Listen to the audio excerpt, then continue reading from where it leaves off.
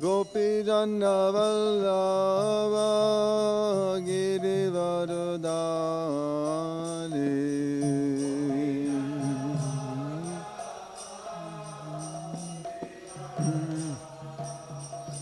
Jai Gopijana Vallabha Girivardhari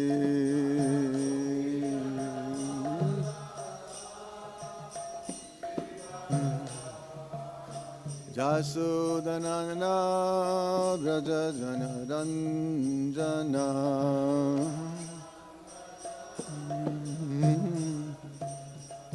Jasudhanana Vrajajana Ranjana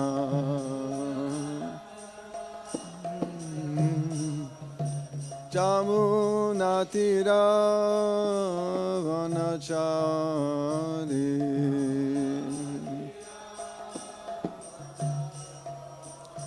Jamunatira Vanachari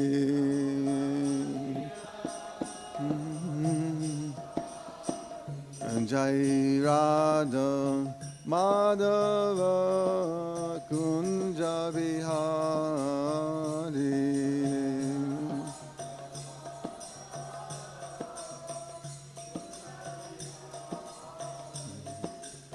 Gopijana Vallabha Girivardhari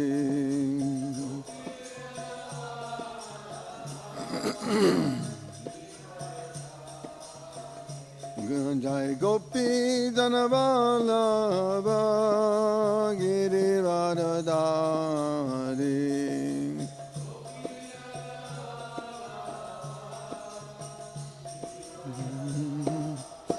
Jasudhanana Vrajajana Ranjana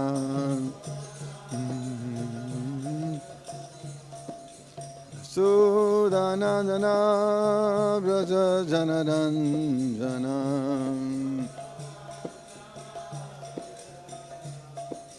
Jamunatira Vanachari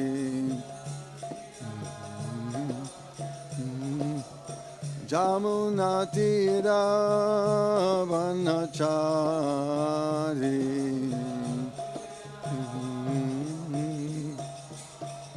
Jai Radha Madhava Kunja Vihari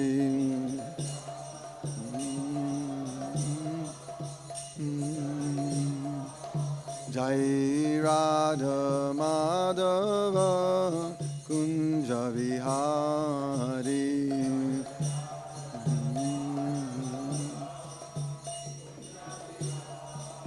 Jai Radha Madhava Kunja Vihari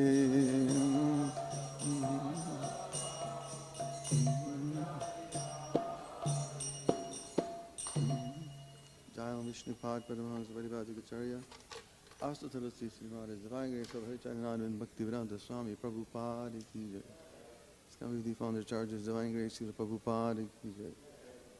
Jai Vishnupad Paramahansa Parivājikacharya Asta Tulasi Sri Maharaj Divine Grace Sri Bhakti Sanatana Maharaj Sri Prabhupada Ki Jai. Grantaraj Srimad Bhagavatam Ki Jai. Harinam Sankirtan Ki Jai. Thai Gaura Premanandi. All glories to some of the Bodhis. All glories to some of the Bodhis. All glories to some of the Bodhis. All glories to Sri Guru and Sri Govind.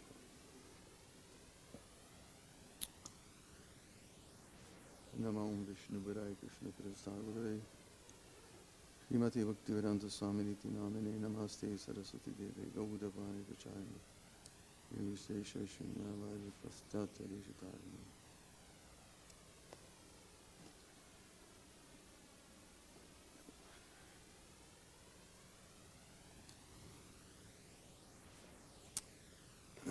Om Namo Bhagavate Vasudevaya. Om Namo Bhagavate Vasudevaya. Om Namo Bhagavate Vasudevaya. Narayanam Namaskritya Narang Chaiva Narottamam Devim Saraswatim Vyasam Tujayamudhirayet Nasta Praisha Badreshu Nityam Bhagavata Sevaya Bhagavati Uttama Shloke Bhaktir Bhavati Naishtaki. Reading from Srimad Bhagavatam. This is third canto, chapter 27, entitled Understanding Material Nature. Text number 20. It was supposed to be 25, I believe. That's not the right verse.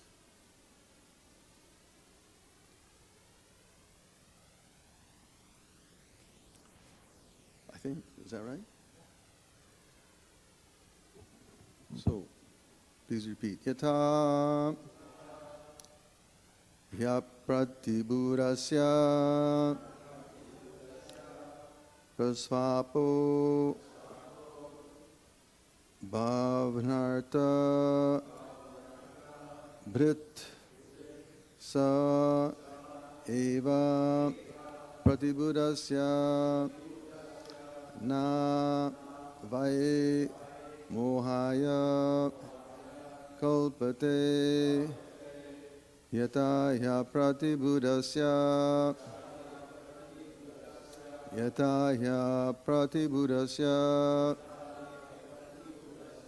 prasvāpo bahv-anartha-bhṛt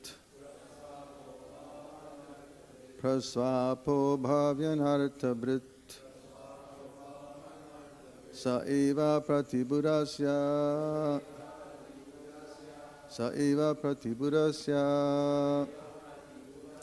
na vai mohāya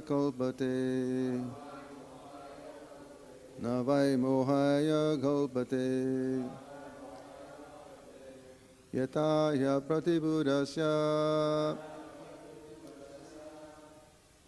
prasvāpo bahv-anartha-bhṛt sa eva pratibuddhasya na vai mohāya kalpate.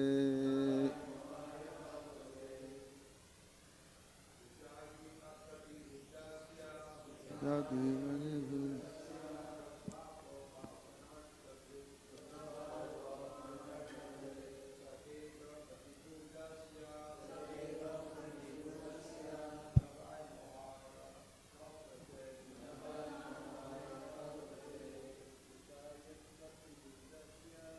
apratibuddhasya.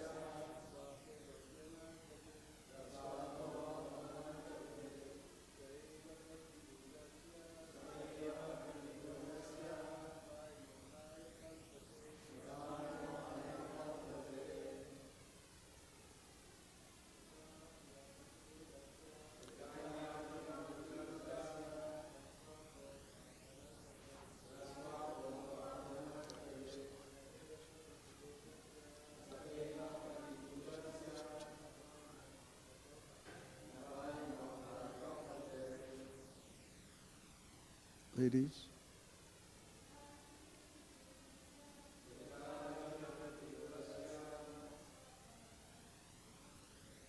Prasvāpo bahv-anartha-bhṛt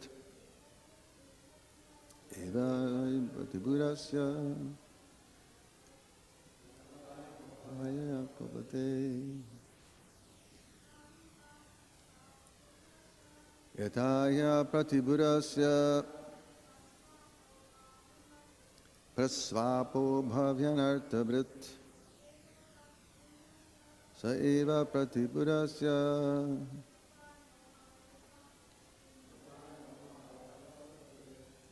yathā, as he indeed, apratibuddhasya, of one who is sleeping,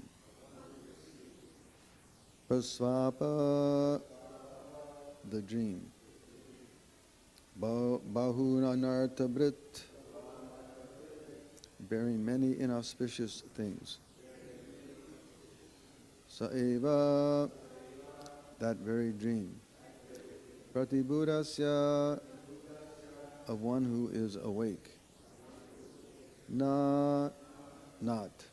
Vai, certainly. Mohāya, for bewildering.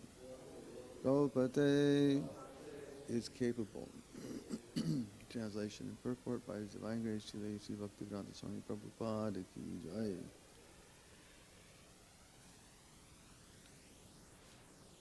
Translation. In the dreaming state, one's consciousness is almost covered,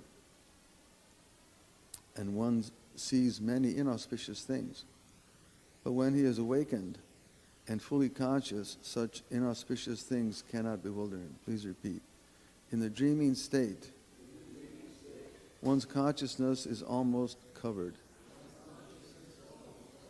and one sees many inauspicious things.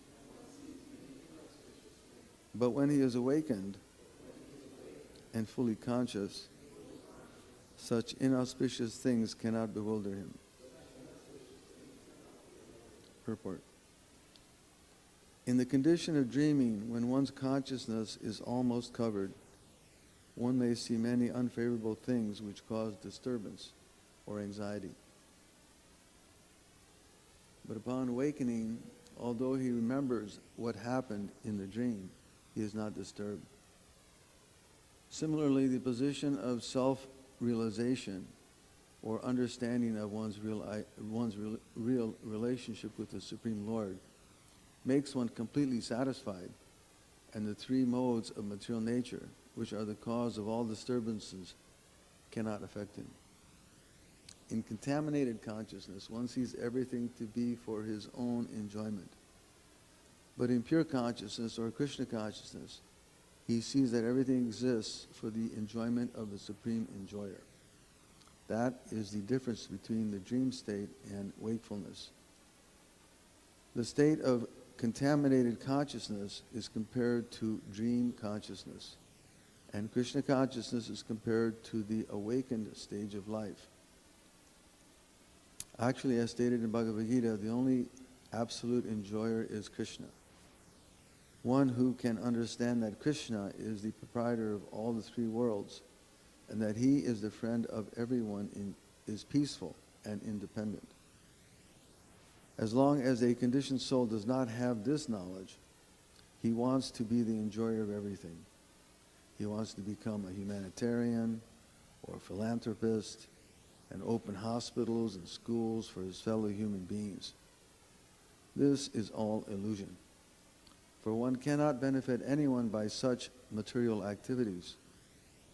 If one wishes to benefit his fellow brother, he must awaken his dormant Kṛṣṇa consciousness. The Kṛṣṇa conscious position is that of pratibuddha, which means pure consciousness. Om Jnanatimidam Dasya Gnanam Jana Shalakaya Chakshunamitam Tasmai Sikadeva Udam Guru Divachalam Pankam Langayati Gametkam Dasiyatirtham Paramananda Madhavam Sri Chaitanya Ishwaram.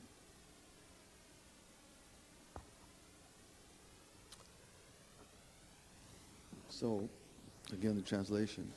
In the dreaming state, one's consciousness is almost covered, and one sees many inauspicious things.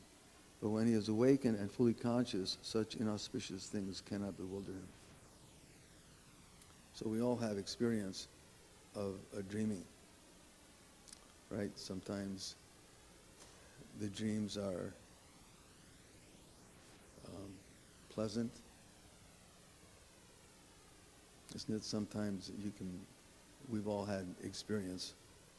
Sometimes you may dream of some thing that happened in one's early life. Or you may hear a song even. Sometimes devotees share their dreams with their spiritual master. We all have some wonderful experience that sometimes you can recall.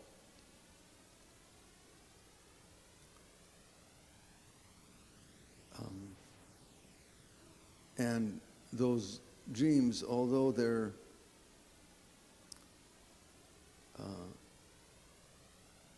temporary, they stick with you. I can remember still dreams that I've had many years ago, and they're still ingrained in my mind. Pleasant dreams. But also, the dreams can be full of madness. And sometimes those dreams are so terrible that you wake up in the middle of the night and you're wondering what happened. And you feel quite moved by them. Again, even dreams that are very pleasant. You wake up and you're thinking, boy, I wish I could continue with that same dream. And you try and go back to sleep, right? You hope, oh boy, I hope I can get in touch with that one again. But unfortunately, it's temporary. Although there's a very nice conversation with Srila Prabhupada in which he was instructing one of his disciples, and they were talking of dreams. And when the Lord appears in your dream, or when the spiritual master appears in your dream, that's a reality.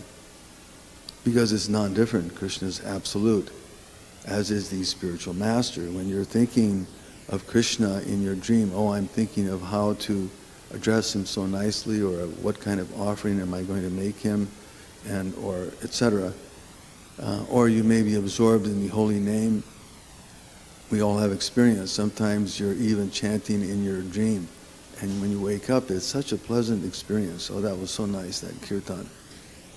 Or that recitation was so nice, or that experience was so nice.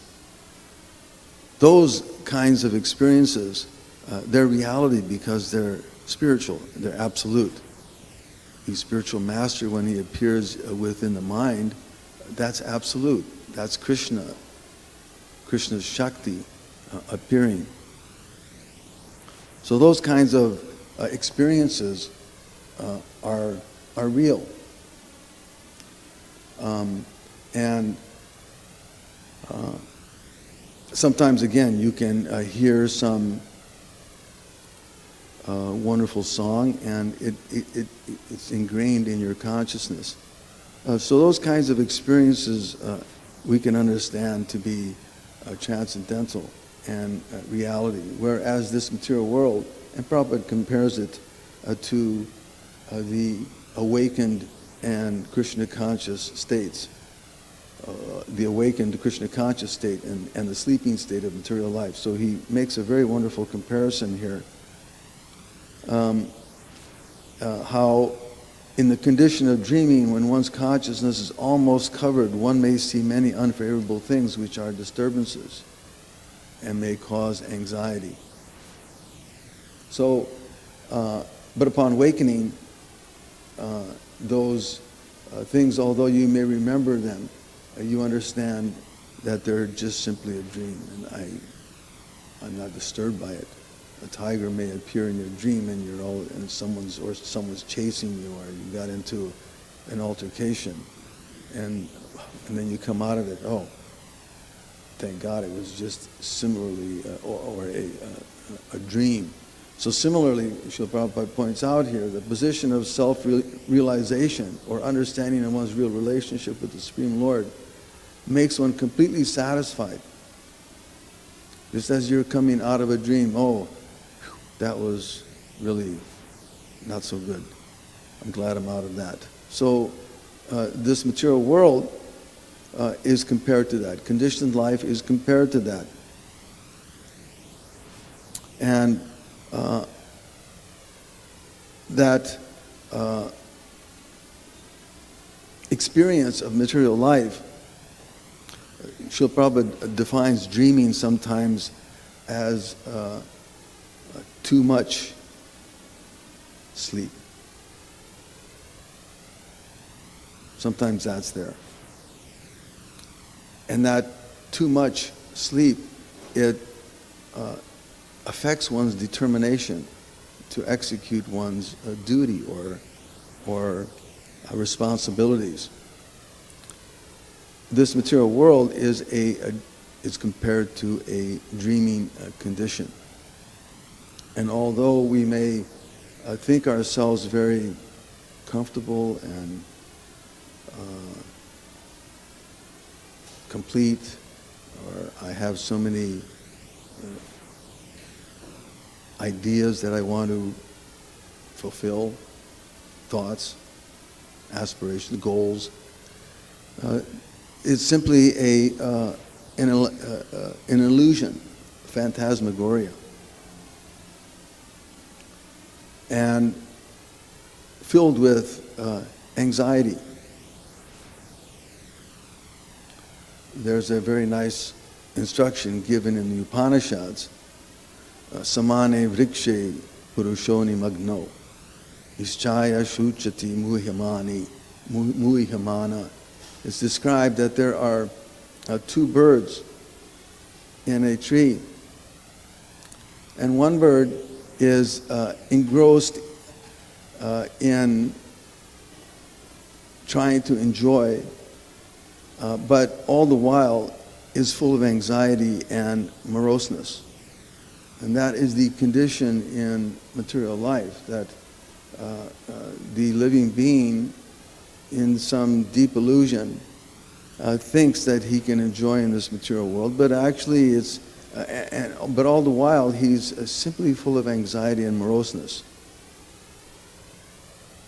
But if in some way or other, if that living entity can turn his head to face his friend Kṛṣṇa, then he can know knows his glories. He can be freed from anxieties.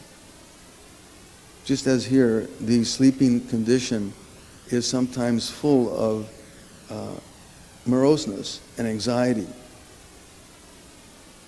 It's a disturbance. If somehow or other, one way or another, however you can do it,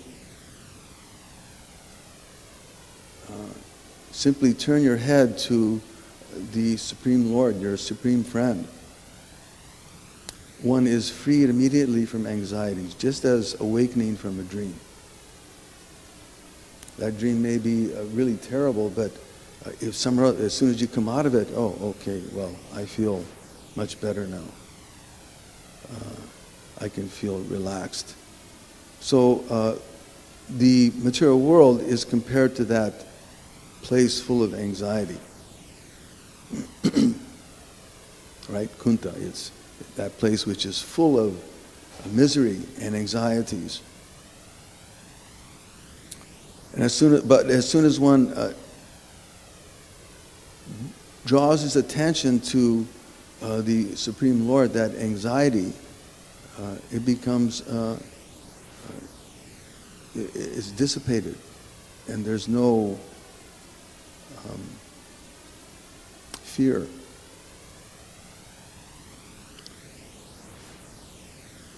The Srimad Bhagavatam tells us, Matirna Krishna Paratak Svato, that unfortunately the living being, forgetting that, Punak Punas Charvita Charvananam, he's simply interested in the repetition or the same old chewing the chewed, and not knowing that he's missing a great opportunity. His inclination toward the service of the Lord is never aroused, neither by the instructions of others or by his own endeavor or by a combination of both. Unfortunately, that is the conditioned state, that he's simply addicted to material enjoyment, and although sufficiently experienced, right?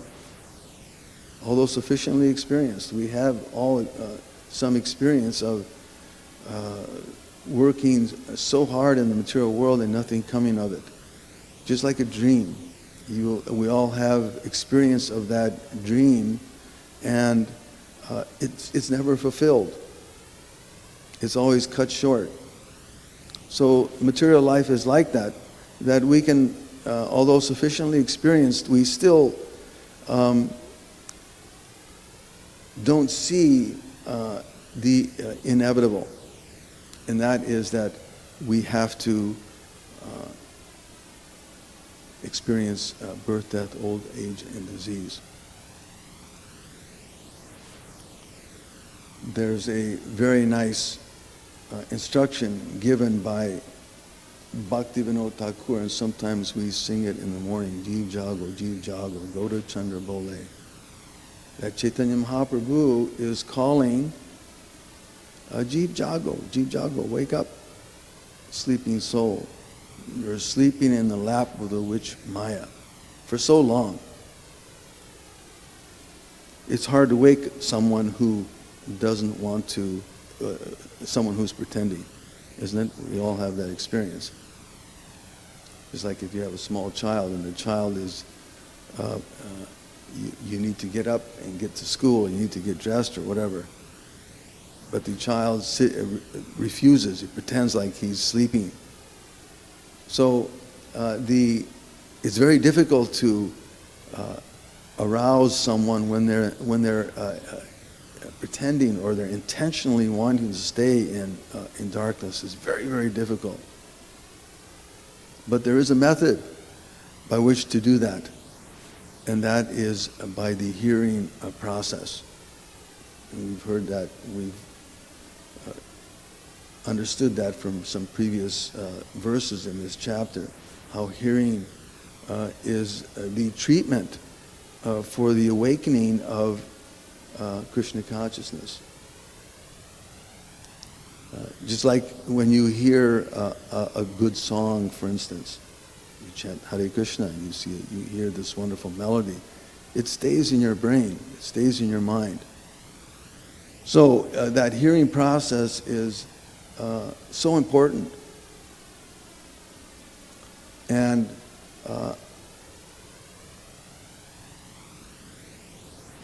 it's a matter of hearing to wake up from this dreaming condition that we're some or other stuck in. Bhaktivinoda Thakur describes Bhajiba Boli Eshe Sangsara Bitare, that you've been through this for a long time. When will you realize that this is not reality? That this is not real? That some or other you have to come out of this sleeping state. Srila Prabhupada points out here, the position of self-realization or understanding of one's real relationship with the Supreme makes one completely satisfied, and the modes of material nature, which are the cause of all disturbances, cannot affect him. And that is the goal of the practitioner of bhakti yoga, that some or other we get to that state where we're not disturbed by the material energy. We may be in it, just like you may be in a dream, but if one keeps a steady mind, then he can come out of that dream and not feel its disturbance. So, as Prabhupada points out here, this is all illusion, for one cannot benefit anyone by such material activities. Neither are you benefited, nor is anyone else. We can do so many things and try to help those who are entangled in this material world. But really the best help is to some or other give them a Kṛṣṇa consciousness, give them an opportunity to understand how rare this human form of life is. And how important it is to be engaged in Krishna conscious activities.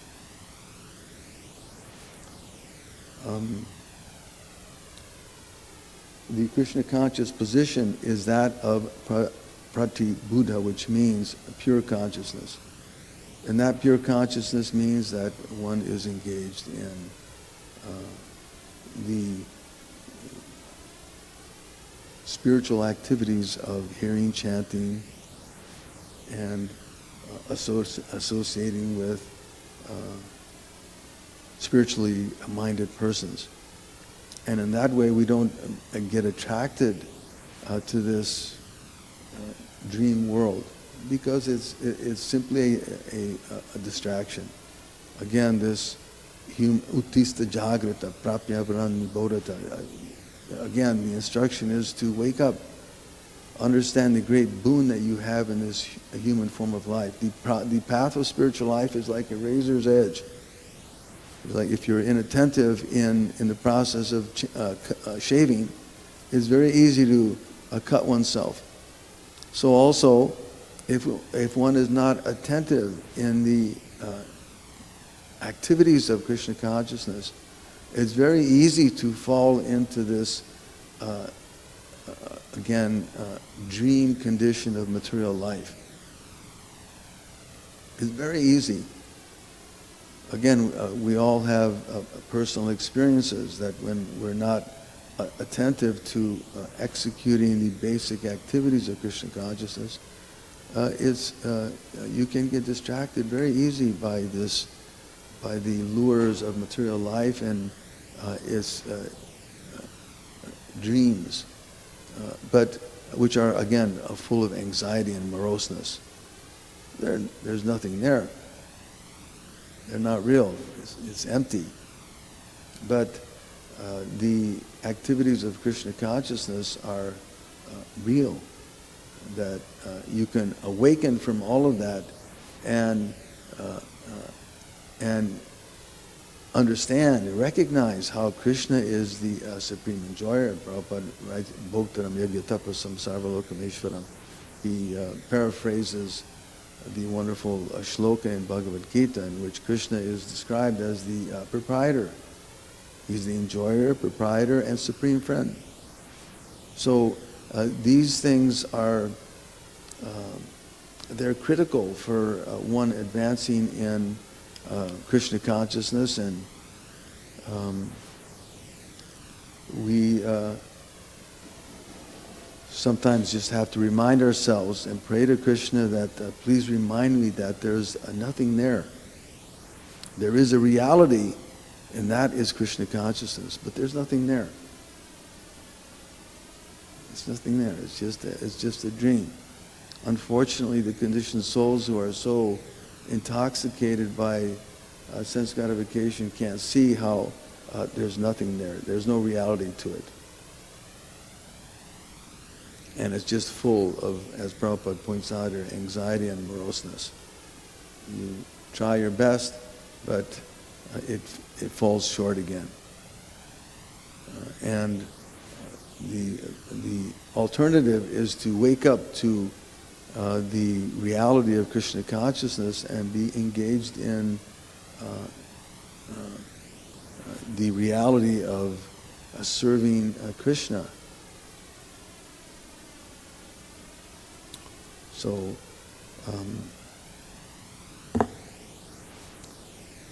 just some thoughts about this verse. Any questions or comments?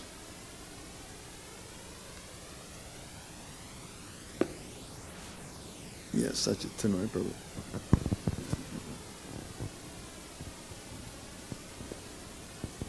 Thank you, Prabhu. So everybody has dreams to fulfill in this life. And we even heard that famous saying, I got a dream, I have a dream. Yeah. So they all see in a relative aspect, what their vision of life is or the reality. So how would you advise someone to actually transcend, to go beyond that? Because it doesn't matter what you tell them sometimes, they're interested more in what's happening now. Don't tell me what's going to be after. So how could you balance it, or how could you guide them? That's a good question. I would say that first of all, your initial premise is wrong. You're identifying with this body, and your dreams are in relation to this body. First of all, one should understand that we're not this body, and your next body may be something else. It could be a caterpillar, right? The caterpillar, he's thinking constantly how to become Prabhupada gives this example, the caterpillar is constantly meditating on how to become a butterfly. And within that same life, he's able to become a butterfly. So the point is that one has to recognize who we are. First of all, who are you? You're a spiritual being, and not this temporary existence or illusion that we're stuck into right now. How to get out of that? One has to recognize who you are. You're a spirit soul, and you need to, and you have an eternal connection with Kṛṣṇa, who's a spiritual being, and until that is awakened, how can you get out of this dreaming idea? You're making so many illusory plans, but they're not real. So come to the reality that you're a spiritual being and not this present material condition. Your condition is going to change when you're engaged in the proper meditation, in the proper mentality, in the proper activity. Just again, as a caterpillar, it changes, it fructifies, you can say, into a beautiful butterfly when it's in the proper state of mind. So that would be my response. Thank you, Prabhu. There was this one devotee of Lord Chaitanya, I think his name was Pundarik Vijayanidhi, but I'm not sure. Anyway, he was dreaming. He was a pujari, and he offered starched garments to Lord Jagannath. So in a dream, he was getting his face slapped, but when he woke up, his face was swollen. So how do we understand that? Real. So there are real dreams, and when they're in relationship to Kṛṣṇa, they're absolute, they are reality. Who was that a brahmachari who was wanting to pave, Nrsimha brahmachari, who was dreaming that, envisioning in his dream of a golden walkway for Lord Chaitanya. Those things are real experiences because they're spiritual. They're on the spiritual platform. Those kinds of dreams, because they're in relationship to the absolute, they're reality. They become real. But if it's just in relationship to this body, there's nothing there. It's just full of anxiety and moroseness, and afterwards there's no pleasure. There's just misery. Thank you, Prabhu, for class. My question is regarding repression. You know, I've been thinking a lot. You know, Kṛṣṇa says, what can repression accomplish? And from what the Bhagavatam's saying, again, there's a measure of not interacting with the dream. Your response to Satchidananda Prabhu was, not interacting with the dream. But then there's this other side of the token where Kṛṣṇa's saying that, like, not interacting with it in any way can lead to frustration. So could you talk about that a little bit? Or to the extent that, we have some dreams, and it's like, if we just are always saying no, not this to the dream, and just trying to white knuckle it through Krishna consciousness, it can be really frustrating. Where those, if they're dreams in relationship to Krishna, then there's benefit there. Then even the anxiety that one feels in the execution or the endeavor for those dreams or those aspirations, they're real.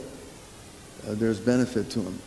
But these other things, they're just a distraction. It's a matter of discerning between what's in relationship with Krishna and what's in relationship with the material body in your mind. Generally, it's just the mental platform. The mind just taking us here and there. That there's no, and it's all based on sense gratification.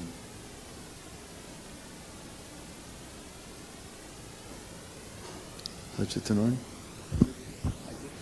I had a conversation with one lady in relation to your question. She said that in my life I had so many dreams to fulfill. Yeah. And every time, at every step, there's a failure. And what is that? So I started giving some explanation. But I didn't even finish the explanation, and she jumps into another question. She says, but why is this happening to me? And then she mentioned another problem. And then I started giving an explanation, and she cut me off. And again, with another problem. But why this?